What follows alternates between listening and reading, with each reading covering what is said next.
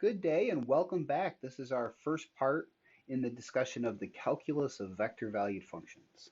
So as a reminder, in the previous section, we introduced the idea of a vector valued function, a function of the form given here, where you input a real number t and you get out this vector. As the parameter value t varies, this vector valued function traces out a curve in three-dimensional space, which we refer to as a space curve. In this section, we will extend this idea to discuss the calculus of such functions. So things like differentiation, various related formulas, tangent lines, and then finally a little bit of integration. So to begin, how do we define the derivative of a vector valued function? It turns out we do the exact same thing that we've done in the past. This is defined to be the limit of a difference quotient. So the limit as h approaches 0 of r of t plus h minus r of t all divided by h. And if you were to replace that vector valued function r by something like, say, little f, a function of one variable, this is identical to what we've done in the past in Calculus 1 and even Calculus 2. And if we go ahead and combine the difference of this vector valued function and throw it all inside a single vector, what we would have is the difference of the corresponding component functions divided by h.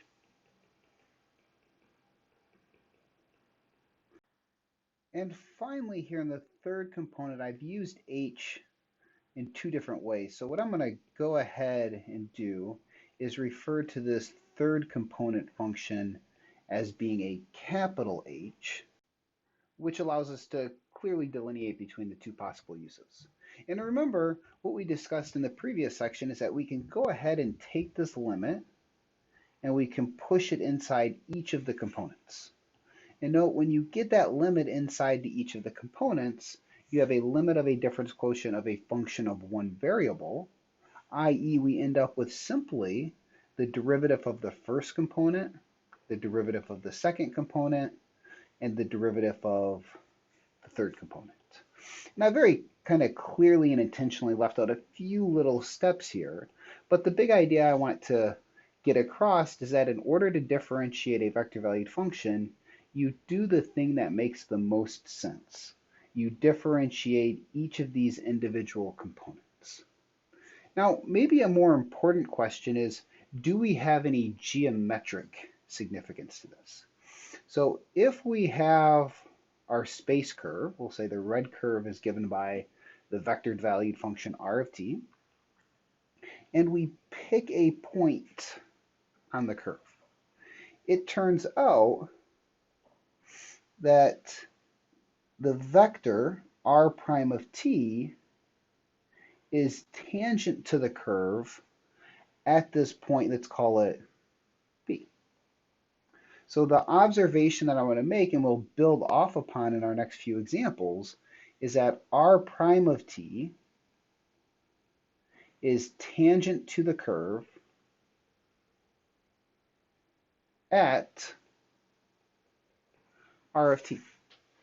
And what this is going to allow us to do is to go ahead and define a tangent line at a point. So if we know that the parameter value corresponding to p is r of t sub p, so the time parameter corresponding to p as an output, the vector r prime t sub p is called the tangent vector to the curve at p, and the tangent line at p is given as follows.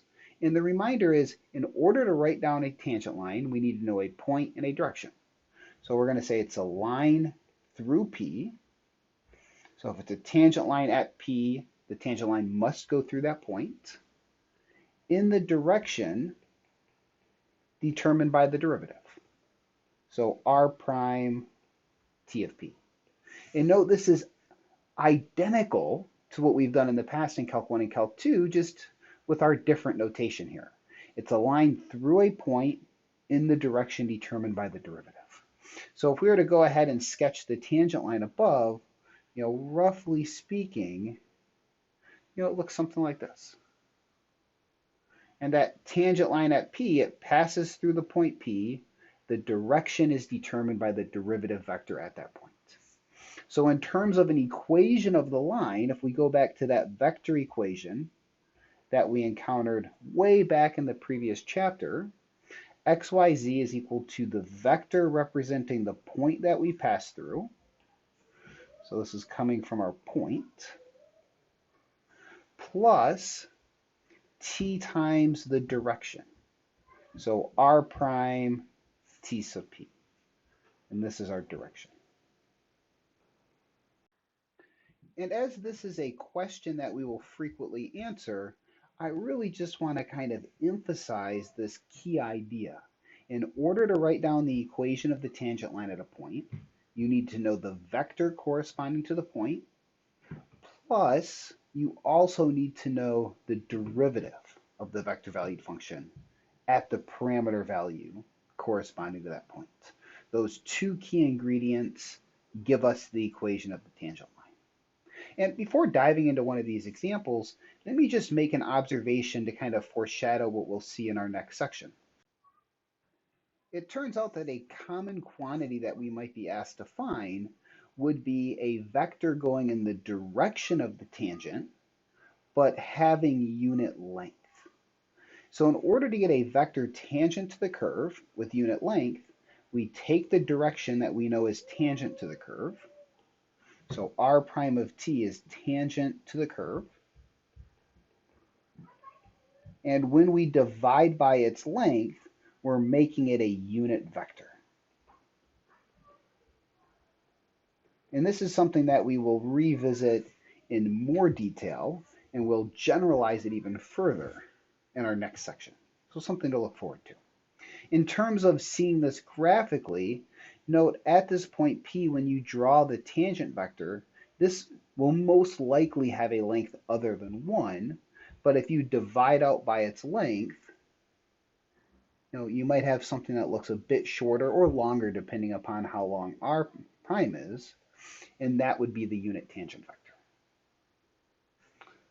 So let's look at a common example. Over and over again while we were in Calculus 1 and even Calculus 2, we were asked to find equations of tangent lines, something we may have hoped to have left behind. But it turns out we're going to ask you that question again.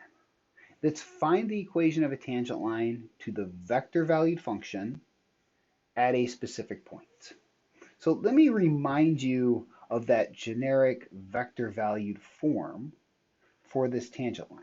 We think of it as xyz is a vector corresponding to a point plus t times the direction vector of the line, which comes from the derivative. So the key thing that we need to know is what is the value of the parameter that puts us at this point. That is, t equals what, when substituted into this vector valued function, puts you at the point 0, 0, 2. And typically this is something that we are going to get simply by inspection. And note, if you look at t e to the minus t, and we ask ourselves, where would that quantity be equal to 0? It turns out an exponential is never 0, so it would force t to be 0. So our thought and our hope is that the point corresponds to 0. And notice when you plug t equals 0 into the second component function, you get 0, and into the third component function, you get 2. So it does in fact work. So we just start with one point, find something that works, but we check it with other points. So we now see exactly what we need in order to find the equation of this tangent line. And I usually start by just kind of writing down my blueprint so I see those key ingredients. So the tangent line at t equals 0 is given by xyz is equal to, we're going through the point 0, 0, 2, so we have that already, plus t times r prime of 0. So the only quantity we really need to find at this point is what is r prime and what do we get when we substitute in 0. So doing some work to the side, r prime of t, we differentiate component by component. In this first component, we need to use the product rule. The product rule tells us the derivative of the first times the second plus the first times the derivative of the second. But when we differentiate e to the minus t, the chain rule tells us a minus sign comes down from differentiating the inside function minus t. The derivative of arctangent is 1 over 1 plus t squared, but because of this extra 2, the constant, we get a 2 in the numerator. And then the derivative of e to the t is simply e to the t. And I believe this is the first time we've really differentiated in this semester. And this is just a reminder, we'll see plenty of practice as we go along, but there's no better time than the present to kind of go back and remind yourself of those basic differentiation formulas. You know, the things that you should be familiar with would be the common formulas in terms of functions that you can differentiate, and we had many examples coming through Calc 1 and Calc 2. You should be quick and efficient with not only using, but knowing when to use things like the chain rule, the product rule, and the quotient rule. So reviewing those things at a minimum would be a good starting point. So r prime of 0 would be e to the minus 0 over 2 times 1 plus 0 squared, 2e to the 0. Remember, e to the 0 is 1, so we have 1, 2, 2.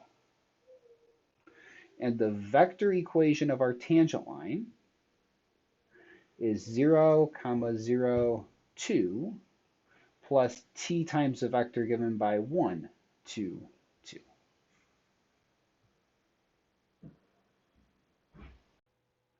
This completes the discussion of differentiation and vector valued function for this video, but we will continue on with one more example of finding a tangent line to start off the next video. So stay tuned and take care.